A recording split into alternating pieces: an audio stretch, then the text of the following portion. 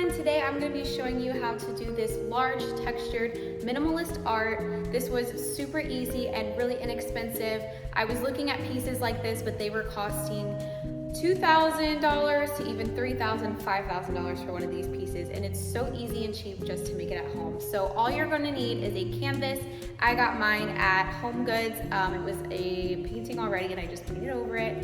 And then you're going to need tile adhesive or joint compound and a putty knife. That is all you need for this project. Now let's get into it. I want my painting to go on this wall here. And so I found this at Home Goods. It was the perfect size. This was $120, so not bad for the size of the canvas, plus it comes with the frame. So what I'm going to do is paint over this white with some paint that I already have, and then I'm going to do the texture over that after it dries a couple days.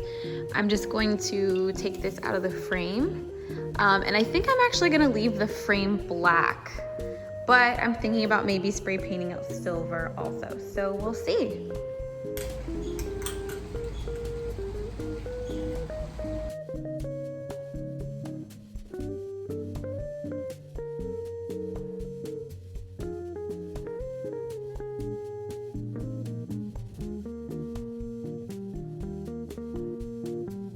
I'm gonna let this dry a little and then give it another coat, just so if I miss any spots with the filler, you won't be able to tell, so it'll just be easier when I do the texture. And actually, since I use this old painting, it already kind of looks textured already, which is kind of cool, but I'm definitely going for more of a thicker texture. So, but if you wanted to, you could leave it like this even. I just picked up my tile adhesive from Home Depot so I could get the really big one for cheap. Okay, so it turns out opening this is a lot harder than I thought, and it says to use a screwdriver. So let's see how we're gonna do this. It looks like you put it, I don't even know.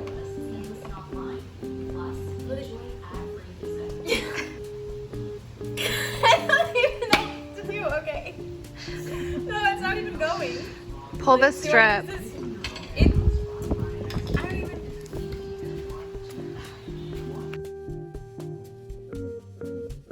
Okay. Here we go.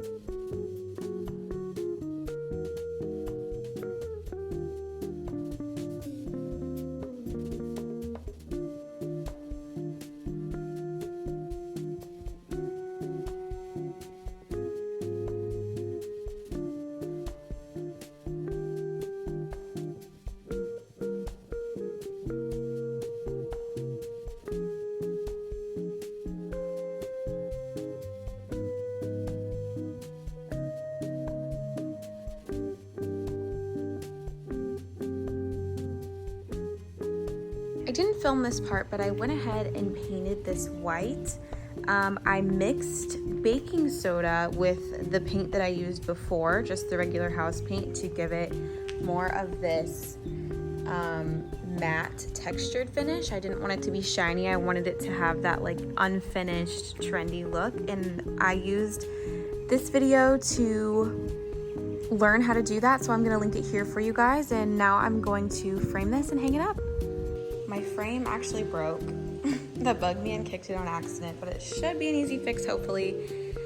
So here's what it looks like. I don't know if you can hear the rain right now, but it is pouring down rain, so I brought this in so it doesn't get wet. It still has like a little bit of moisture, but it's pretty waterproof. Honestly, I just wanted to dry out before I hang it up. I really love how this turned out with the chalk paint. You can see that there's slightly some gray hues coming in, and that's from using the tile adhesive, or whatever you want to call it. If you used joint compound or plaster, it is going to be more white. You're not going to have the depth underneath.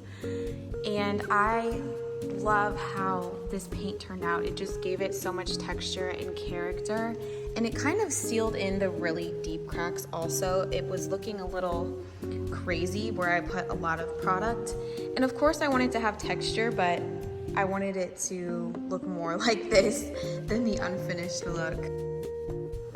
We're hanging it up, we're hanging it up.